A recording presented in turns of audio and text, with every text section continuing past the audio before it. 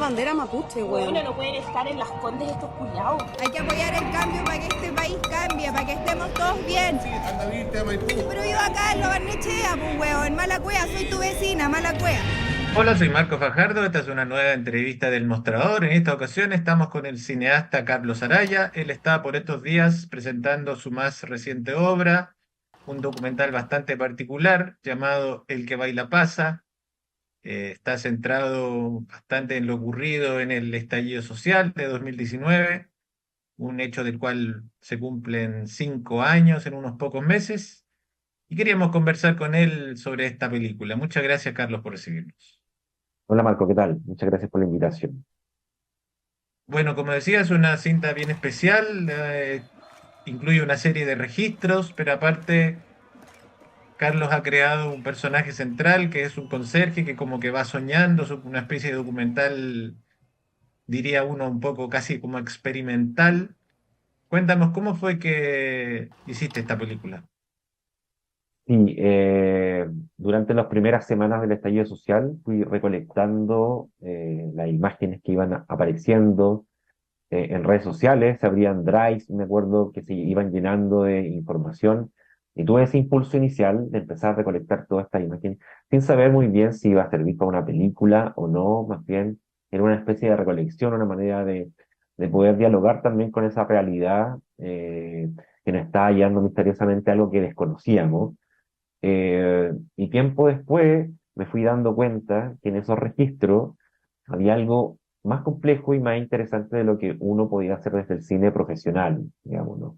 En esos registros iba quedando patente la huella de esas personas en términos de qué decidían grabar, si incluían o no sus voces. Hay en la película muchos registros donde las personas se vuelven una especie de cronistas, ¿no? De lo que está ocurriendo con distintos puntos de vista también. Aparece claramente no la manifestación, aparece cierta violencia policial, pero también la película le da espacio no solo a esos registros centrales, sino a lo lateral.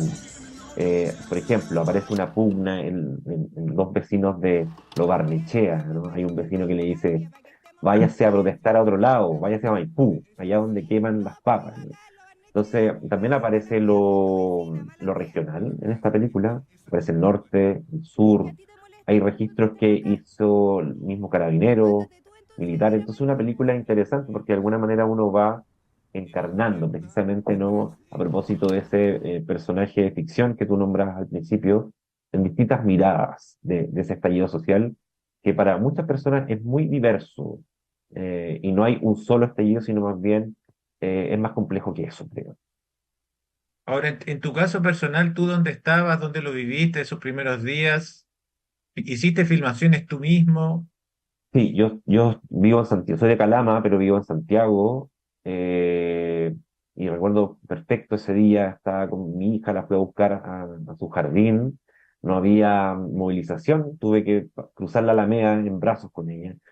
Eh, y entonces se mezcla ahí una cuestión de aprender a ser padre, mi hija tenía un poquito de años de vida, con todo esto que nos estaba pasando, y sí, empecé a recolectar ese material en internet, pero yo también empecé a grabar cosas, y precisamente con el mismo formato, como que tenía una intuición también de abordar lo vertical, que era de alguna manera el tipo de registro que estaba eh, viralizándose en internet.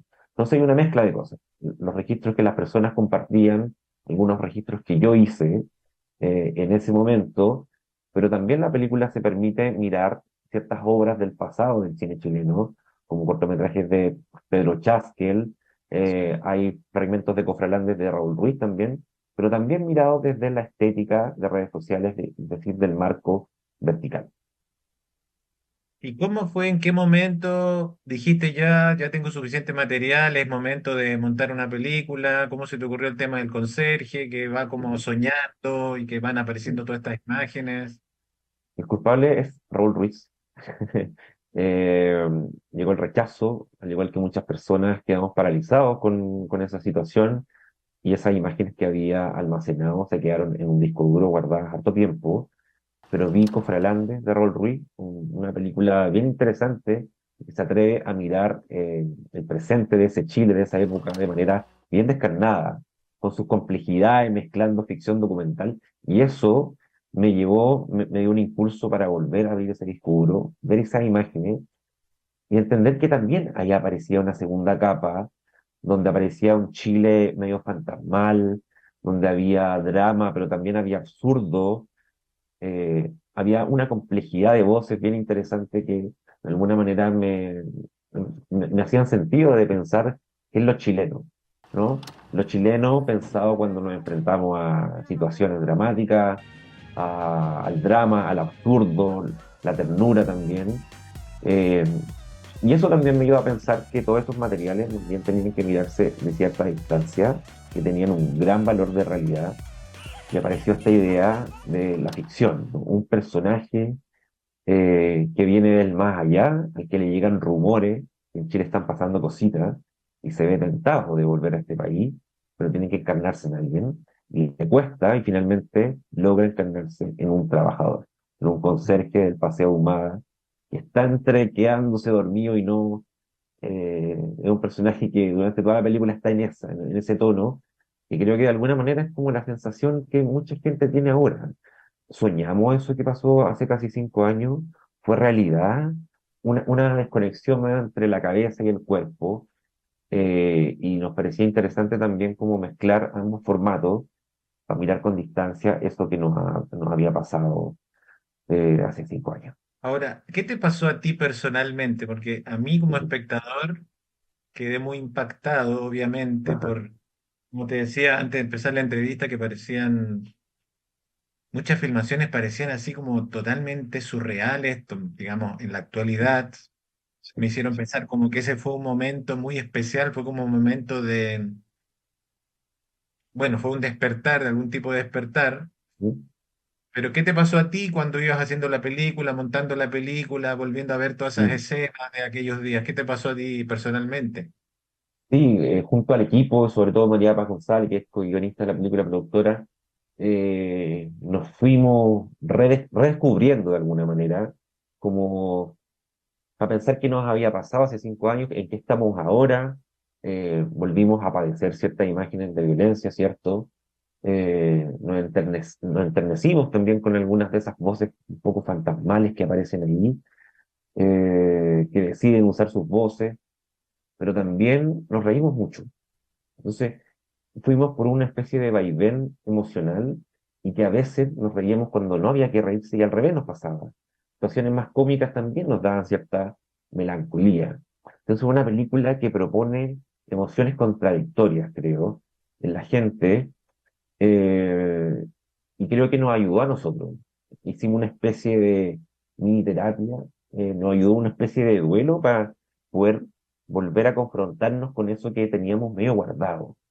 Y que en este presente creo que es súper importante, porque el estallido está más bien encapsulado en un concepto octubrismo, que finalmente no ayuda a nada, porque en el fondo tiene que ver más bien con oportunismo político, más que con mirar esa cuestión que está latente, ¿no? Toda esa energía que tarde o temprano, si no se administra, creo que va a volver a surgir. Y eso creo, ¿no? Hicimos una especie de duelo, y creo que puede dar ciertas luces para que la gente también pueda volver a repensarse con ese pasado reciente. Ahora finalmente, bueno, estamos a pocos meses de cumplirse el 5.º aniversario, seguramente va a haber una reflexión al respecto. En tu caso, ¿tú imaginaste alguna vez que iba a haber un estallido social de este tipo en Chile, que es un país tan pacífico, tan tranquilo, tan Mm, aburrido, diría uno a veces? sí, eh, parecía que no, ¿cierto? Que fue algo bien impensable, ¿no? Pero uno que vivió, digamos, el 2011, también pasamos por el 2006 con ciertos momentos más políticamente complejos, donde había una ciudadanía, digamos, que pasó por distintos estados, algo, había un hilo conductor que de alguna manera iba progresando, iba y en términos de la clase política también, que no iba administrando muy bien esa energía, yo creo que era posible, ¿no? Pero digamos, nos sorprendió a todo el mundo. Bueno, Carlos, te agradezco mucho por tu tiempo y te deseo mucho éxito con esta película. Dale, muchas gracias por la invitación.